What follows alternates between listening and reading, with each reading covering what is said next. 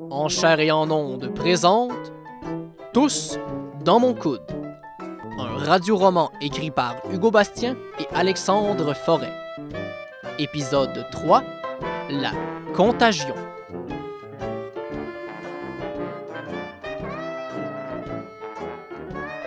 Mathieu est étendu dans son lit depuis ce matin après sa discussion d'hier avec Mike. 13 heures arrive. Il ouvre donc son ordinateur pour regarder le point de presse de la journée. Mesdames et messieurs, le premier ministre François Legault, le docteur Horacio Arruda, directeur de la santé publique, ainsi que le nouveau ministre de la Santé, en remplacement de José Lavigueur suite à un bête accident de Zumba, le pharmacien. Je cède maintenant la parole à M. François Legault. Bonjour, chers Québécois et Québécoises. Écoutez, c'est le classique aujourd'hui. Hein? Le monde est encore malade. Il y a une couple qui sont rentrés à l'hôpital, puis 15-20 qui sont passés de l'autre bord. Mais par contre, on a du positif. On a remarqué que les gens commencent à débosser du maudit jogging. On peut-tu se dire, pendant qu'on est entre nous autres, qui est à temps? Mais Bon, ça fait au moins 15 ans qu'on a parti le défi 5-30 pour encourager le monde à se bouger le cul, puis tout d'un coup, qu'on peut plus sortir, ben tout le monde découvre une passion pour New Balance puis l'endorphine. Le docteur Horacio cache avec sa main sa nouvelle Fitbit. Bon, maintenant que c'est dit, on voulait lancer de quoi de nouveau aujourd'hui. C'est une petite idée que ma femme a eue, puis je trouvais ça pas pire pantoute. À partir de maintenant, on va profiter du point de presse pour lancer une énigme, histoire de se désennuyer un peu. Aujourd'hui, l'énigme est tirée du premier livre d'Amos d'Aragon, Le porteur de masque, disponible à seulement 50 sous sur le panierbleu.ca. Ça va comme suit. Qu'est-ce qui peut passer par-dessus une maison une seule fois et pas deux? Oh, je sais, monsieur Legault, je Mais sais, moi, je je sais, viens monsieur Legault, je d'appartement. sais. Hop. Hey, si vous l'avez trouvé, vous gardez ça pour vous, en attendant qu'on dévoile la réponse demain. Maintenant, on va prendre les questions, mais sachez qu'on peut juste répondre par oui ou par non. Et située où, la maison? Est-ce que c'est un objet qui existe? Ça peut-tu être la maison de mon voisin? Steve de TVA Nouvelle, est-ce que c'est une maison à 1 ou 2 étages? Juste par oui ou par non, j'ai dit... Est-ce que c'est une grosse ou une petite maison d'appartement? Mathieu ferme son ordinateur en levant les yeux au ciel. Bon, 13h30. Faudrait bien qu'il sorte de sa chambre. Il ne pourra pas ignorer Mike à tout jamais, même s'il est un esti d'épais d'homophobe du calice. Il entrouvre la porte. Personne dans la cuisine. Il s'aventure tranquillement vers le salon. Mike est endormi sur le sofa, puis commence à tousser de manière incontrôlable.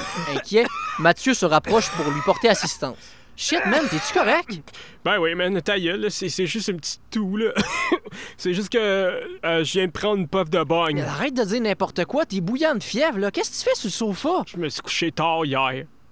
À cause de la surprise! Mathieu lève sa tête et remarque que les murs sont couverts d'arc-en-ciel. Tada! What the fuck, dude? C'est pour me faire pardonner d'avoir été pas fin hier avec ton ami gay. Arrête de l'appeler mon ami gay. Regarde, c'est pas grave s'il est gay, gros. C'est ça que je viens de te dire. Arrive en 2021, Mathieu. T'as pogné ça où, tout ça? Quand je suis sorti cette nuit, là...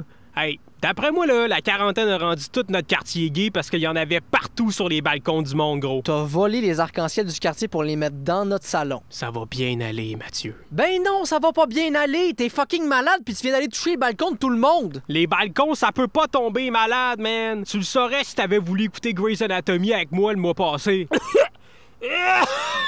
Ah, câlisse! Relax, dude, là. Tu l'as déjà attrapé l'année dernière, là. T'as pas à capoter, là. Ben oui, je sais que je vais être correct, mais c'est pas ça le point. Le point, c'est que c'est à cause de ta marche qu'il y a sûrement 10 personnes qui vont tomber malades, puis ça se trouve, il va même avoir des... Penses-tu qu'il est trop tard pour aller effacer mes empreintes?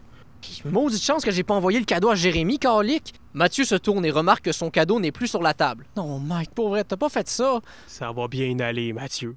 Ça va bien aller. Ah, Jérémy, je vais mourir. Harold est étendu dans son lit en fixant le plafond, un chapelet dans la main. Jérémy arrive en courant dans la chambre. Mais voyons, coudonc, qu'est-ce qui se passe? Je viens de me racler la gorge, Jérémy. Tu sais ce que ça veut dire? Que t'avais de quoi dans la gorge? Non, que j'ai le virus, puis que c'est ici que s'arrête la belle aventure qu'est la vie. Ouais, c'était mon deuxième choix de réponse. Je savais qu'on n'aurait pas dû coucher ensemble. Je le savais. Le virus attend juste que t'aies les kilos de baissés pour te rentrer drette dans le pénis. Oh shit. Quoi?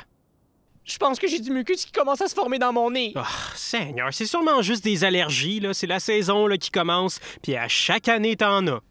T'es sûr? Si je suis sûr qu'à tous les printemps, depuis 5 ans, tu te mets à éternuer des litres de morve, ouais, pas mal sûr, oui. Ça paraît que c'est pas toi qui nettoie les miroirs, ici. Ouais. Oui, tu l'as dit toi-même, là. On n'est même pas sorti dehors, là. C'est sûr qu'on n'est pas tombé malade, là. OK, t'es pas malade, Harold. Répète après moi. Je ne suis pas malade. Bon, ça va mieux, là? Jérémy flatte le front de son copain qui commence tranquillement à se calmer et reprendre ses esprits. Harold se lève de son lit et se déplace vers le bureau de Jérémy. Tu t'en vas faire quoi dans le bureau, là? Je veux juste m'assurer que mon testament est toujours là dans le tiroir.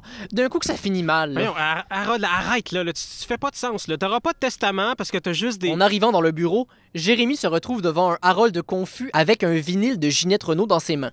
Jérémy? Je peux t'expliquer, OK? Arrête de faire ça, ça fait 1000 fois que je t'explique que t'es contagieux! Mathieu se tient devant Mike dans le salon, hors de lui pendant que son coloc crache par la fenêtre. Faut bien que le virus sorte d'une manière ou d'une autre, Mathieu! Oh! Hey, wow! T'es un fucking chef-d'œuvre, toi, hein? Là, à cause de toi, Jérémy va crever comme Marie! C'est parce que moi aussi, je pourrais crever, gros. Chris, on dirait que ce petit virus-là pogne juste les personnes que j'aime. Thanks, gros, man. Ça te touche que tu dis. Ah, viens dans mes bras! Pas toi, ce petit crétin, je parle de Jérémy. Toi, tu peux bien y crever, ça va juste faire plus de place dans l'appart pis un imbécile de moins sur la terre. Un silence plane dans le salon. Mike fixe le sol, pendant que Mathieu réalise qu'il est allé trop loin. Tabarnak, Big! Fais attention, OK, là? Les mots, là, ça fait plus mal que les poings, des fois. Ta grosse pute va toutes nous tuer! Hey, oh! Cette grosse pute-là, elle a un nom, OK? Puis c'est Marie. Ouais, puis elle a aussi la gueule pleine de virus. Harold se tient devant la fenêtre de leur appartement, le vinyle de Ginette Renault à la main. Là, tu vas te calmer parce que tu dis n'importe quoi! Oh, puis tu prends sa défense en plus. Je t'avais dit d'arrêter de lui parler, mais tu m'as pas écouté. Puis maintenant, tu vas devoir me regarder m'éteindre à petit feu en ayant ma mort sur ta Ben oui, conscience. c'est ça, Harold. Crève donc devant moi, ça peut te faire plaisir. Tu peux même le faire en me regardant dans les yeux si tu veux, hein? Au moins, j'aurai enfin le privilège que tu poses ton regard sur moi, contrairement aux 6 derniers mois. De quoi tu parles? Ben là, ça fait 6 mois que tu me touches pas, puis soudainement, je parle à quelqu'un de nouveau, puis whoop, t'as envie de coucher avec moi. Ben, je pensais que ça te ferait plaisir vu que c'était ta fête. Fait que pour toi, le sexe, c'est juste comme un acte de charité? Harold fixe le sol, coincé. Ouais, ben c'est ça que je pensais. Bon, regarde, si tu veux te vautrer dans ta maladie, là, Harold, là, be my guest, mais je resterai pas ici à te regarder, là. J'ai autre chose à faire. Jérémy se dirige vers la porte de l'appartement et met son manteau. Tu t'en vas où comme ça, Jérémy Doucet? Dehors! Hein? En attendant, tu pourras passer du temps avec la personne que t'aimes le plus, là, c'est-à-dire toi-même. Tu vas me laisser tout seul. Ici! Ben non, t'es pas tout seul. T'as un beau virus pour te tenir compagnie. Excuse-moi, man, je suis allé un peu fort. Dans le coin du salon, Mike pleurniche. T'es pas cool, Big Man. T'es pas cool, OK? Ce que tu viens de me dire, là, ça m'a fait aussi mal que quand j'ai réalisé qu'il manquait un pouce pour mesurer 6 pieds. Ça, là, c'est des défaites dont on se relève pas facilement. Je retire ce que j'ai dit. Je pense que j'ai besoin d'être seul, dude. On peut pas sortir, Mike, j'arrête pas de te le dire. Si tu sors pas, là, je me lève puis je tousse dans ton coude. OK.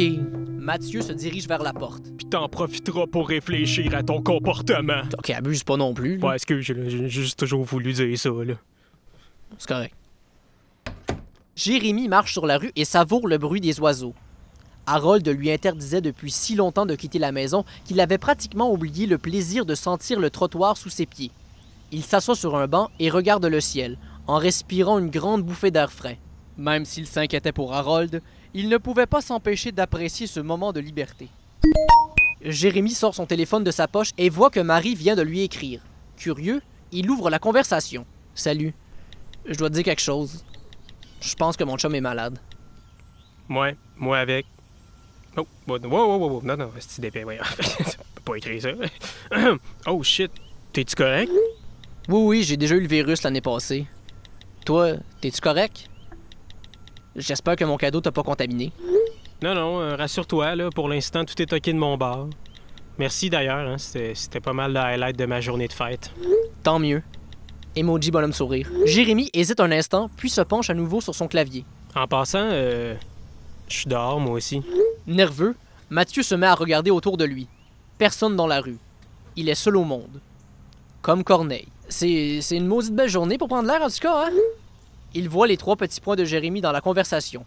Il les fixe, en sachant très bien quelle question s'en vient. Veux-tu qu'on se rencontre?